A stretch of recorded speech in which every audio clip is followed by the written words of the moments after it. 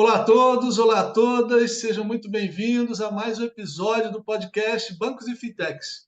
Aqui quem fala é o seu host, Marcelo Pessoa. Hoje, infelizmente, a nossa co-host, Patrícia Aiello, não pôde estar com a gente. Melhoras aí, Paty.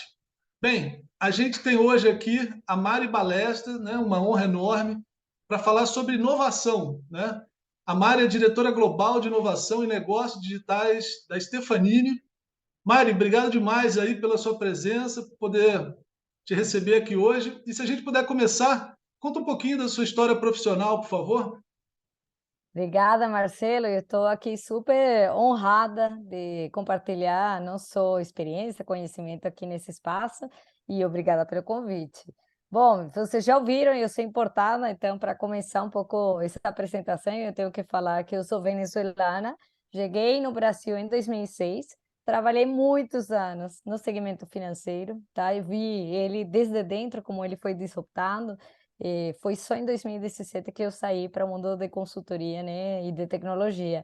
Mas, em realidade, passei por todas as áreas do mundo financeiro, desde as áreas mais tecnológicas, back-office, produtos, CRM, CLM. Então, em realidade, eu via o negócio financeiro acontecendo, eu via os gaps que ele tinha e, obviamente, quando foi eu falaria que em 2010, os estalos do mundo digital dentro do que é o segmento financeiro, eu também vivi essas consequências. Então, é muito interessante ter estado desse lado e agora poder ver desde a outra parte da grade, né, o que aconteceu. Sim, que legal. Bem, ó, se a gente puder começar, o que você está vendo aí de grandes tendências, né, aí, tecnológicas, né, comportamentais, que vem afetando o setor bancário, né? Passado recente, mas principalmente para frente agora. Aí. Como é que você está enxergando isso? Não, maravilha. Eu acho que eu vou até dividir em capítulos de tendências para poder passar por elas de uma forma bem organizada. Então, quando a gente fala um pouquinho de experiência de clientes, tá? A gente está em um momento em que o cliente ele está sobressaturado de aqueles que estão buscando a preferência dele. E isso, no mercado financeiro, é uma verdade absoluta, porque foi aquele que foi mais resultado pela transformação digital. Então, foi aquele que surgiram essas fintechs, trouxeram experiências novas, então está hipersaturado o mercado financeiro quando a gente fala de poder garantir uma proposta de valor relevante. Mas aí que vem então agora a tendência. A gente tem que pensar em relações e não produtos, quando estamos falando de preferência de clientes. Então, como a gente começa a entender de verdade os micromomentos, o lifestyle desse cliente, desde uma visão não generalista, de geral, assim, né? Senão realmente hiperpersonalizada. A gente tem dados suficientes para fazer isso e tem tecnologia suficiente para conhecer em que momento esse cliente está e começar não só a trazer soluções financeiras, e sim trazer um ecossistema de soluções que são relevantes para esse cliente e podem não ser financeiras. E aí vem então um pouco essa mudança. Eu não trago só a minha carteira, o meu portfólio de soluções, sino também trago outras coisas que para o cliente final são muito importantes e que vão complementar o momento de vida que ele está. Então, estamos falando de um ecossistema de inovação que faz a partir desse relacionamento com N instâncias do cliente que a preferência ela venha. Então, quando estamos falando de experiência, é ver essa multi-experiência. Multi-experiência é além do produto que eu tenho. Depois, quando a gente fala de back-office, a gente está em um momento onde a eficiência é o grande achado, né? E aqui estamos falando de eficiência não só desde o ponto de vista de custos, e sim sobre como eu opero para poder ganhar espaço para fazer cada vez mais inovação. E aí também eu queria falar sobre inteligência artificial, porque o que a gente está vendo hoje justamente do movimento de LLM e tudo que o ChatGPT está nos despertando, em realidade, é a revelação do poder da automação para poder tomar decisões de negócio, para poder reagir a situações que o mercado antes demorava mais e que hoje não vai ter mais paciência. É uma paciência, em realidade, é uma intolerância a não fazer rapidamente as coisas. Então, por isso, a eficiência ela vira um fator fundamental para inovar dentro do mercado. E eu vou falar um pouquinho também de ESG, que é um tema muito relevante, porque a gente está migrando para uma economia que ela olha esse ecossistema. Eu falei de ecossistema desde a visão de experiência de clientes, mas o ecossistema tem a ver com valor compartilhado. Ou seja, como eu, com todos os demais atores que eu estou trabalhando, eu estou garantindo que eles tenham sucesso também. Então, a cadeia de valor, ela vira outro stakeholder, e a gente fala de shareholder, né? Importante, que vai compor a forma como as instituições financeiras ou quem esteja trazendo soluções financeiras vai começar a atuar. São novos produtos orientados a valor compartilhado, são novas formas de financiamento que o mercado vai colocar como premissas. Então, em realidade, estamos em um momento que estamos mudando o que é a visão de o que era importante, antes importante era a transformação digital. Então, nós passamos por isso no segmento financeiro fortemente na última década. A gente agora está mudando para modelos de alta intencionalidade. É a nova transformação digital. E isso teve a ver com a pandemia.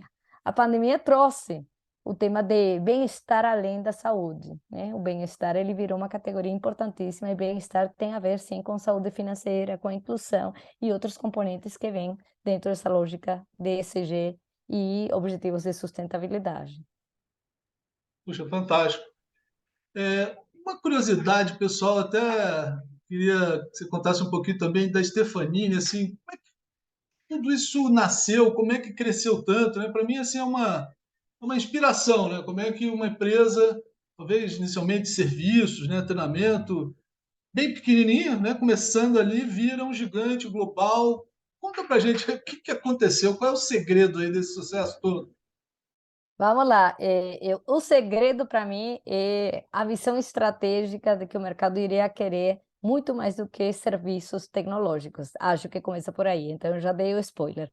Mas voltando a quando nasceu a Stefanini, a gente nasceu mais de 35 anos atrás, somos uma empresa brasileira, mas a gente está agora em 42 países, temos mais de 700 escritórios por aí no mundo, a gente tem 32 mil colaboradores, então, em realidade, a gente cresceu muito, mas nascemos na casa do Marco Stefanini, que é o founder e CEO global até hoje, e a gente conseguiu, a partir do que eram serviços de tecnologia, crescer organicamente, fomos internacionalizando a empresa, a gente começou com a América Latina, então o primeiro país foi a Argentina, depois o México, e aí começamos a ganhar escala, e depois de crescer organicamente, aí foi que veio o estalo do próprio Marco Stefanini, de entender que o mundo de serviços de tecnologia iria ser um commodity.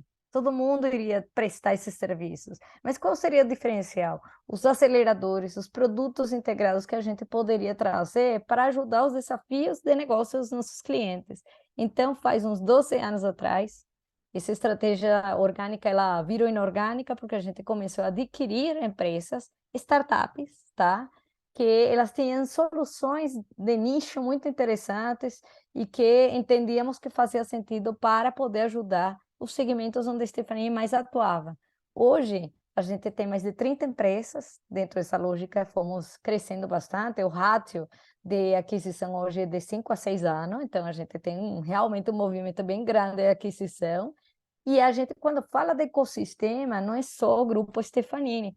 Nós também temos hoje mais de 350 startups que a gente não só tem como partners ativos dentro desse ecossistema, mas a gente também faz scouting recorrente de novos aliados. Então, para quê? Para compor as capacidades que a gente não tem dentro do portfólio Stefanini, mas que outros têm, e nós sermos um grande integrador. Então, quando eu falava um pouco de que o mercado está sendo empurrado a pensar como ecossistema, é justamente isso. Você não vai ter todas as soluções na mão, não tem como, porque estamos em um ambiente de mercado muito complexo, ambíguo e muito volátil, e a gente vai precisar dos outros para poder criar soluções que sejam efetivas, inovadoras e que consigam trazer novos valores, porque não serão os que a gente tinha antes. Então, isso que aconteceu na Stefanini, tá, Marcelo? A gente vem crescendo desse jeito. Hoje, o Grupo Stefanini, quando a gente fala de o que atendemos, é muito mais do que tecnologia. A gente tem, sim, aceleradores que são mais de infra, mais de tecnologia pura, tradicional, mas a gente tem experiência, por exemplo, com portfólio de marketing, de visão de consultoria estratégica, de indústria 4.0, de inteligência artificial, são coisas que vão além do que era o próprio core da Stephanie quando nasceu, mas a gente se reinventou e vem conquistando novos espaços, novas receitas, porque a gente consolidou toda essa lógica de atuar como ecossistema. Fantástico, fantástico. E olhando assim a indústria financeira, né, que se destacaria assim nessa estratégia, né, à luz assim do hoje, né? Tá vindo aí para o real digital, né? Você comentou da IA, né? Agora com o ChatGPT, que é novo, né? Assim, está ainda sendo absorvido, né? Mas como é que vocês se posicionam, né, nesse modelo de negócio focado em bancos e fintechs, né? Que vocês estão oferecendo assim de diferencial mesmo, né? Conta um pouquinho, por gentileza. Então, como a gente tem um portfólio amplo, eu também vou dividir, tá? Eu gosto de dividir para ficar mais consistente a conversa. Então, quando a gente fala de plataforma tecnológica, o que a gente recomenda? Nós estamos em um mercado que a gente chama de OpenX. OpenX significa um mercado capaz de compartilhar ativos, compartilhar dados, compartilhar produtos e serviços. É uma plataforma tecnológica que ela é capaz de integrar todas essas visões. Então, como nós estamos nessa lógica de integração, então, quando nós estamos falando de tanto core de negócio financeiro, tá? Ou seja, onde está rodando o transacional desse banco ou dessa fintech, ele tem que ser modular, ele tem que ser capaz de estar aberto a essas integrações, porque senão a instituição financeira ela vai ficar para trás. Ela não vai conseguir trazer essa visão de mercado que se integra, que consiga trabalhar com os outros. Mas também uma coisa importante em plataforma é a segurança, que o Brasil, a gente já sabe muito bem isso, a gente vem vivenciando isso nos últimos anos, ele é o país que mais ataques, um dos países que mais ataques de cybersecurity tem no mundo. Tem um espaço gigante, até porque é uma economia bastante digitalizada, se a gente comparar com o resto da América Latina. E aí, é claro que digitalização tem exposição de dados, né? E aí, se eu não consigo garantir como instituição financeira que o ativo mais importante nessa economia digital, que é o dado, eu tenho ele seguro, eu estou com ele compliance, eu tenho ele realmente adaptado ao contexto de preservar esse dado e o uso desse dado, nós não vamos garantir essa visão que o mercado financeiro teve desde sempre, que é a solidez. A solidez hoje tem a ver com preservar os dados dos clientes, e muito menos só com quanto dinheiro eu estou guardando no cofrinho, né? Então, quem conseguir trazer dentro da visão de plataforma tecnológica essa robustez, provavelmente vai ter também uma preferência de quem está ali, porque vai se sentir mais seguro e vai também ter uma capacidade de reagir rapidamente às necessidades do mercado. Isso quando a gente fala de plataforma. Quando a gente fala de experiência, eu volto nesse tema, a gente está falando de envolver muito mais o cliente. Uma coisa que o segmento financeiro teve até faz pouco, eu acho que já levou um pouquinho de dor assim na pele, a gente achava que sabia o que o cliente queria. E eu falo porque eu fui uma dessas também. Não, a gente acha que o cliente quer X. A gente nunca perguntou para o cliente. Então, o que a gente vê e a gente recomenda é tem que sair, o segmento financeiro tem que sair da construção de design desde dentro. Tem que começar aí no design com o cliente, produtos, serviços, experiências desenhadas junto com o cliente. Então, comunidades é o que a gente recomenda. Comece a criar comunidades de inovação com os clientes, porque as fintechs elas entenderam muito bem aonde que estão as dores, porque elas foram nos clientes, elas trabalham muito bem isso, e elas perguntam, elas fazem betas, testes A/B, só que as grandes instituições financeiras ainda estão aprendendo. Então, o que a gente recomenda é criem as comunidades. A gente tem cases bem interessantes, por exemplo, eh, eu não vou falar a marca para não fazer aqui propaganda, né? Mas um grande banco no Brasil que criou uma comunidade que é um laboratório. E aí essa comunidade é de pessoas que estão, de alguma forma, positivas, promovendo o ambiente dos produtos e serviços desse banco, mas que elas são perguntadas sobre o que elas gostariam sobre X temas. E nessa lógica de perguntar, de interagir, de entender, o banco consegue trazer novos produtos, experiências e novas lógicas de novos mercados, inclusive. Então, tem sido de sucesso. Um dos grandes produtos recentes desse banco foi lançado a partir da comunidade, foi um sucesso de venda. Então, em realidade, o que a gente fala é, tem que trazer a voz do cliente de verdade, né? Não é só o que a gente imagina que é. E só para, né, para fazer um run-up aqui, eu acredito que uma das coisas mais importantes é começar a trabalhar esses aceleradores tecnológicos que a gente tem no mercado hoje, inclusive a inteligência artificial, em favor dessa voz do cliente. Então, como a gente faz a diferença no mercado, que é um mercado que ele tem muito impacto na economia, mas então como faço a diferença com todos esses atores? E eu acho que são essas duas pontas, ouvir o cliente e trazer essa voz de verdade na construção, e por outro, ter uma plataforma que suporte operar de forma diferente. Perfeito, legal. Acho que em linha, né, com tudo que você está falando, fala-se muito, né, de inovação aberta. É, como é que você vê esse é o caminho, vamos dizer assim, mais tradicional, novo, né? É por aí que está todo mundo buscando se conectar, né, a esse ecossistema? Como é que você está vendo isso?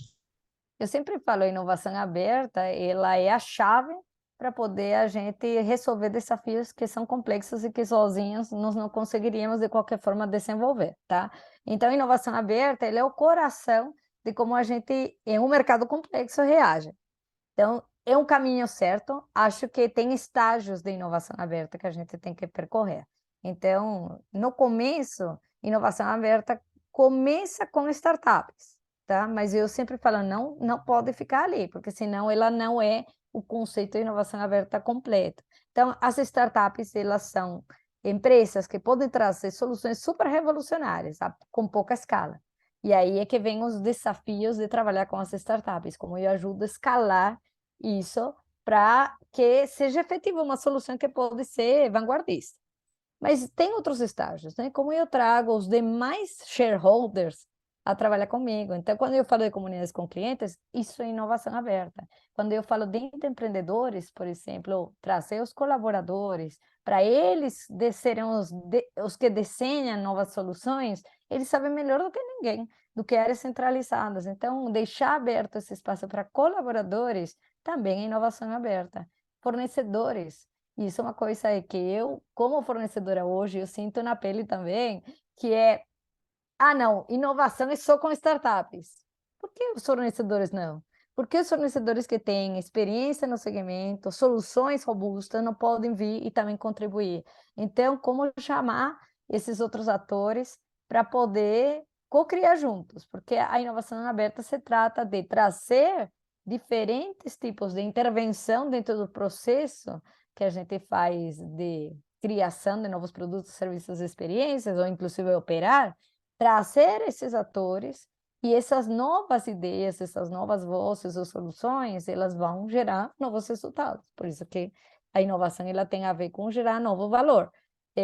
Então, a inovação aberta, ela caminha nessa lógica, e depois tem outras práticas que já derivam fazer um CVC, fazer um Venture Builder, fazer um Venture Capital.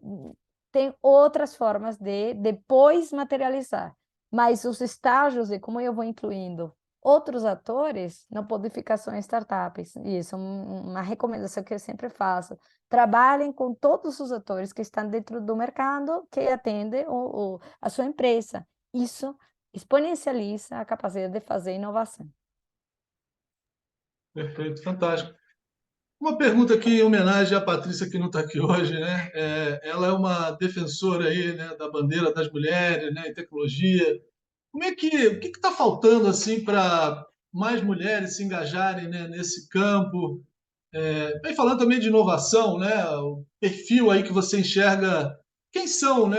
Quem é sei lá, você está contratando, né, no seu time? Que competências você vê nas pessoas e como também dá mais oportunidade às mulheres? Como é que está esse movimento, não só aí na Stefanini, mas no mercado, assim? O que você recomendaria? Vamos lá, esse é um tema que obviamente precisa muito esforço de todos nós, tá? Porque ser mulher em certos mercados ainda tem bastantes dificuldades de acesso, tá? Então, não é porque a Mari, por exemplo, está aqui e conseguiu, eu sou uma privilegiada, mas em realidade tem muitas mulheres que não têm essa porta de entrada que a Mari teve na sua carreira. Mas segmento financeiro é um segmento ainda muito dominado pelos homens, assim como o de tecnologia. Então, eu posso falar que eu estive nos dois e conheço bem desde dentro. Acredito que a gente está começando a perceber que as competências femininas, como elas são, e não mulheres que têm que se comportar como homens, elas são valiosíssimas para poder trazer, de novo, essa resiliência que a gente está falando que o mercado precisa. Então, ser mulher já traz esse componente de resiliência, esse componente de a gente ser flexível o tempo inteiro, de poder se adaptar, e isso é uma competência relevantíssima. Então, o que eu sempre falo é para ser um inovador, e aí isso é uma competência que não tem a ver com ser mulher ou ser homem, a pessoa tem que ser curiosa, porque temos que ser aquelas pessoas que instigam a pergunta de e por quê? Esse porquê ele mexe com as formas que a gente entende que são paradigmas. Porque se a gente se pergunta por que eu estou fazendo isso, aí às vezes é porque sempre fiz assim, né? Então vamos pensar se não existe outra forma. E por que se isso não fosse feito assim, por que eu continuo fazendo assim? E se é outra pergunta muito importante das pessoas que inovam. Então, muito menos quantos cursos sobre inovação, futurismo a pessoa teve, é muito mais a capacidade de questionar de uma forma consistente e trazer insights sobre essa pesquisa que vai fazer questionar as coisas, que vai ajudar a que esse motor da inovação ele aconteça. Então, é como eu conheço situações que eu não sabia, e sempre eu falo, o inovador ele tem que ir para buscar temas que ele não sabia que não sabia, porque a gente acha que sabe de temas. Às vezes a gente tem que buscar aquilo que a gente nem imagina que não sabe. E aí nascem novas ideias. E nós temos também que conectar com, de novo, as vozes dos outros, porque o ponto de vista dos outros também ajuda. Então, quando a gente fala de mulheres, a inclusão em um ambiente que não é diverso de mulheres ou de outros tipos de pessoas, né? Ela é fundamental para inovar. Que se a gente tem o mesmo perfil de pessoas o tempo inteiro, a gente vai sempre produzir as mesmas lógicas. Então, a inclusão da mulher, ela tem a ver sim com direitos da mulher ganhar esse espaço, mas também com a capacidade de inovar por si mesma. Na Estefania, a gente tem uma comunidade de mulheres que se chama WIN. Essa comunidade é Women Innovation Network e ela está aberta para mulheres que estão com desafios de inovação, lideram desafios de inovação, mas não necessariamente são de áreas de inovação. Estamos falando pessoas de mercado que, de alguma forma, querem trocar experiências, desafios de ser mulher e ter que inovar em N áreas onde elas trabalham. Então, a gente tem uma representatividade bem boa dos segmentos, temos varejo, todo o segmento financeiro, indústria, e é um espaço seguro para mulheres trocar esses grandes desafios de ser mulher em mercados que ainda não estão totalmente preparados para receber as qualidades femininas. Vão estar, mas ainda não estão. No mercado financeiro, o que eu vejo, tá? E eu tenho sentido isso no último ano bem forte, é que há um movimento de apoio para a inclusão das mulheres dentro do mundo financeiro, especialmente os mundos de TI, que são mundos mais duros, né? Então, vejo vários bancos grandes criando iniciativas que permitem criar esse espaço para mulheres começarem a aparecer, tá? Então, escolas de desenvolvimento de mulheres, Women in Tech, várias iniciativas que são bem interessantes e que eu acho que vão começar a mudar essa lógica nos diferentes mercados. Perfeito, perfeito.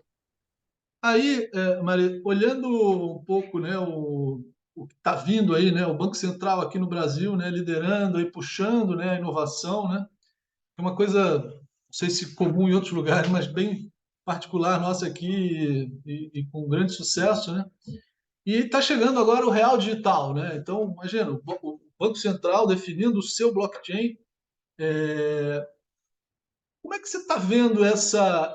Que assim, outro dia eu ouvi, né, de um diretor da Febraban, ele dizendo, eu nunca vi na vida que antes de uma onda terminar, né, já vem uma onda maior, né, que um pouco do Open Finance, né, que aí tá em processo, né, e já vem essa tokenização, né, da economia, os bancos grandes, os bancos tendo que criar as suas stablecoins para falar com o real digital. Como é que você está vendo esse movimento? Como é que vocês estão acompanhando? Porque isso vai mexer muito, né, com produtos, né, com serviços, entrega, e também tecnologia em si, né, a formação das pessoas. Como é que você está enxergando essa mudança aí já tão próxima, né? Então, é um movimento interessante. Eu, na semana passada, participei de um evento que era Bancos Digitais e eu vi uma coisa interessantíssima sobre o Banco Central sendo o motor de inovação do mercado financeiro do Brasil e eu achei que era um ponto de vista que era necessário refletir, porque em nenhum lugar do mundo os bancos centrais ou o governo é quem impulsiona a inovação em si mesmo, é a empresa privada. Mas o que eu acho que aconteceu no Brasil é que o Banco Central ele entendeu que existem contextos que ele consegue alavancar. Não é que ele por si mesmo gera inovação, mas ele cria espaços para que venha a empresa privada e inove, né? Então, eu achei interessante porque a gente tem que construir um pouco que a inovação está no Banco Central. A inovação não está no Banco Central. Eu acho que ele está criando espaços que ele lê, e isso é uma capacidade, sim, louvável do Banco Central, ele consegue ler o que está acontecendo no mercado e começa a criar esses espaços, como aconteceu, por exemplo, nos bancos digitais, faz também 10 anos atrás. Mas o tema do real digital era inevitável, porque a gente já estava caminhando para uma economia cada vez mais tokenizada. E isso está acontecendo no mundo. Então, o que eu acho que o Banco Central está querendo é se antecipar. Isso já vem, isso é iminente. Acho que o Brasil, pela maturidade digital, iria caminhar muito rápido. Então, antes de que aconteça movimentos fora da regulação, o Banco Central está querendo fazer tudo dentro do marco regulatório formal, né? Então, isso, de novo, isso tem umas vantagens, porque você vai experimentando o que significa essa economia tokenizada e não como em alguns outros países. Eu vou colocar aqui um case que é um pouquinho diferente, mas em Salvador, ele fez justamente o que seria a moeda digital faz uns anos atrás e não funcionou. A economia tem uma economia paralela, porque essa economia ela não conseguiu entender o que era essa tokenização. É um contexto de mercado que também não fazia muito sentido. Então, para o Brasil, a tokenização é um passo lógico, a gente vem andando nessas ondas muito rapidamente, então o Pix veio alavancar essa digitalização completa das formas de transações financeiras, a gente teve o Open Finance, que continua muito... Então, era um movimento natural. O que me chamou a atenção do Real Digital, quando eu vi, né, quem foi selecionado, foi que foram só os bancos grandes. Então, vamos ver o que acontece. Mas eu acho que era muito necessário trazer os, os que estão realmente digitalizando a economia, que não são os grandes, tá? Para o jogo. E não estão dentro do que é esse teste do Real Digital. Então, o que eu espero é que logo venha uma segunda rodada do Real Digital e eles consigam participar, porque eles trazem um componente que é conhecimento desse mercado de tokenização, que é muito maior do que quem está dentro do mundo bancário tradicional. Então, eu estou animada, eu acho que esse é um movimento, de novo, que vai trazer grandes benefícios para a economia, para as formas de criar esse mercado aberto que eu falava, né? Porque a gente vai conseguir trazer experiências totalmente novas a partir dessa tokenização para cliente final. Então, é um novo capítulo. Eu fico empolgada quando vem esses novos capítulos, Marcelo. Sim, que legal. Você sabe que eu pensei, né, nesse ponto, eu falei assim, poxa, será que a estratégia do Banco Central agora, né, de realmente priorizar, talvez, né, muitos dos grandes bancos tradicionais e tal, não seja também garantir o envolvimento deles, né, a aceleração da adoção, que não é trivial, né, talvez seja, Sim, não sei o detalhe, mas assim, me parece maior do que tudo que o Banco Central propôs, e eu concordo contigo, né, que ele talvez é esse estimulador, né, ver o espaço, né. Não sei, eu pensei nisso também, né, mas o que você falou foi interessante. Podem, né, com certeza virão novas ondas, né, e sim. aí pode-se talvez equilibrar melhor isso, né? Interessante o seu Acho ponto. até, porque o piloto que começou o Real Digital é um tema que acho que os bancos grandes eles têm mais também conhecimento e mais experiência. Então pode ser também por isso que essa primeira onda, mais provavelmente segundas ondas, terceiras ondas, a gente veja um perfil mais variado de quem vai participar nos pilotos. É interessante, até o nosso próximo entrevistado aqui vai ser o CEO do mercado Bitcoin, né? E eles ficaram de fora, né? E vai ser até Exato. uma boa questão, né, para ele, como é que ele viu isso, né? O que está acontecendo. Aí, Mário, pô, nota mil. Para a gente encerrar, queria te pedir assim dicas, né? Pensando na formação das pessoas, porque acho que há uma associação clara, né, da inovação aí no sentido de você se preparar para o futuro, né? Você se preparar para né, ter uma empregabilidade duradoura, né? Duradoura hoje a gente sabe que não é assim, mas o que você indica assim? Você falou de curiosidade, né? Como é que formação também? O que você recomenda aí para quem te pede ajuda nesse sentido, né? Quem está muito tempo parado e quer, né, entrar nessa onda nova aí, nessa onda que já está rolando e outros virão também, né? Como é que você vê isso? Que você pode trazer para a turma, por gentileza?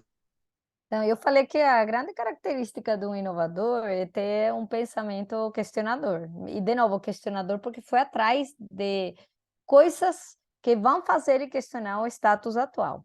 Então, o que eu recomendo, e é bem simples, gente, não tem que fazer grandes cursos, é começar a explorar os temas que você não sabe. E esses temas, como você faz e busca eles? Vai no Google, bota assim, The Future of, o futuro de. Bota o futuro do Open Finance. E aí você vai ter N tipos de conteúdos que tem que, de alguma forma, algum deles tem que chamar atenção. E quando eu chamo atenção, eu falo que esse é o conteúdo que você tem que prestar mais atenção, então. Quando aquele que você fala, será? É esse que você tem que explorar. Porque é o que a gente não sabe que não sabe. Então, é justo aí onde começam, né, as perguntas que a gente se faz a si mesmo e que depois a gente replica para o nosso dia a dia. Essa é uma das formas. Outra forma é o que está sendo falado pelos grandes líderes. Então, acompanhar grandes líderes e ouvir o que eles estão falando de forma contínua, isso me cria um sussurro sobre o que vem para os próximos anos. Então, quando eu falo de modelos de alta intencionalidade, impacto positivo, todo mundo está falando disso. Ah, mas Maria, greenwashing agora. Pode ser agora. Mas, de novo, o que a gente tem que prestar atenção é os ventos de mudança que estão acontecendo. Então, pode ser que a gente não materialize isso nos próximos 2, 3 anos, mas efetivamente isso vai ser um movimento. Como a gente falava dos millennials. Os millennials, a gente quantas vezes falamos sobre millennials antes de que a gente entendesse os millennials. Então, nós temos que ouvir atentamente esses sussurros que estão acontecendo e que a gente às vezes não presta atenção. Porque a gente sempre fala que o futuro, ou os futuros, porque a gente nunca fala de o futuro, não é um único, são cenários, eles estão hoje, só que a gente não vê eles, porque eles estão distribuídos. Então, o que acontece aqui no Brasil pode não nos dar pistas do que pode vir a acontecer, porque em algum lugar do mundo está acontecendo. Então, ele é tão amplamente distribuído que em alguns lugares a gente está falando de metaverso e em outros não temos internet, entendeu? Então, assim, entender o que é recorrente nesse sussurro seria importante. Outra das dicas é comece a ver o que as startups estão trazendo, porque isso também é uma fonte de entender quais novas tecnologias estão surgindo. Então, por isso, a inovação aberta também nos ajuda a começar a entender movimentos tecnológicos, que a gente tem que ficar de olho, porque eles se traduzem em movimentos estratégicos de mercado nos próximos anos. Então, essas são dicas super simples. Quando a gente faz isso e a gente fala assim, nossa, que coisa estranha, lê notícias também.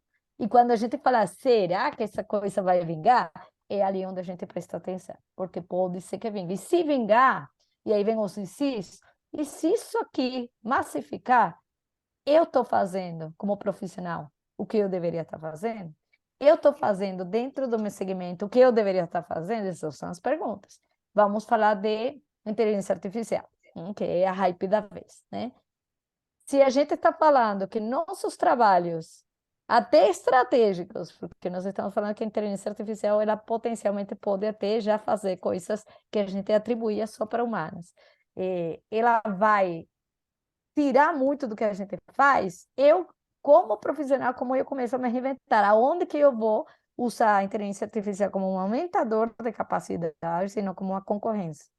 Aonde que eu vou tirar o P da operacionalização que a inteligência artificial vai fazer bem melhor do que eu? Então, essas perguntas vêm dessa análise, da gente poder ler o contexto e se perguntar e ir atrás de novos conhecimentos, de novas capacidades. Então, se você me perguntar, Mari, certificações, cursos, eu sou mais daquela vertente de, gente, depende do que vocês queiram fazer. Então, eu quero começar a entender o Business Agility, então comece a estudar sobre Business Agility. Eu quero entender mais sobre futuros, vá atrás de temas de futuros, mas tem que saber aonde você quer chegar. Então, tudo começa com propósito pessoal. E é um propósito que eu conecto com os valores da minha empresa onde eu estou também, né? Como eu me conecto com esse propósito, como eu faço movimentos que me ajudam a aproximar esse propósito. Então, eu vou menos recomendar um curso e muito mais entender, você tem um propósito claro? A sua orientação de carreira qual é? E sobre isso, você vai buscar informação para poder ajudar. Nossa, fantástico, muito, muito bom. Mário, olha, sensacional, te agradeço pra caramba, acho que foi, né, você é extremamente, assim, simplificou, né, coisas bem complexas, né, bem dividiu, acho que foi uma aula aqui, né, uma visão aí de futuro incrível. Te agradeço demais aí pela participação e espero que em breve aí a gente possa falar de novo, aí você trazer mais novidades, né, mais visões aí de como navegar, né, nesses múltiplos futuros, né, possíveis futuros. Né? Exato. Muito bom, muito Exatamente. bom. E o futuro a gente constrói no hoje, né? O futuro não é uma coisa que está distante, de novo, ele está hoje acontecendo, mas as decisões que a gente toma no hoje são as que constroem o futuro que a gente quer. Então, nós somos corresponsáveis do futuro. Então, vamos tentar que esse propósito ele traga os legados que a gente quer para as próximas gerações, para as próximas negócios. Então, essa é a minha recomendação. Mas foi um super Bacana. prazer, Marcelo, estar aqui e agradeço de novo o espaço. Maravilha. Muito, muito obrigado e até breve. Tudo de bom. Obrigado. Tchau, tchau.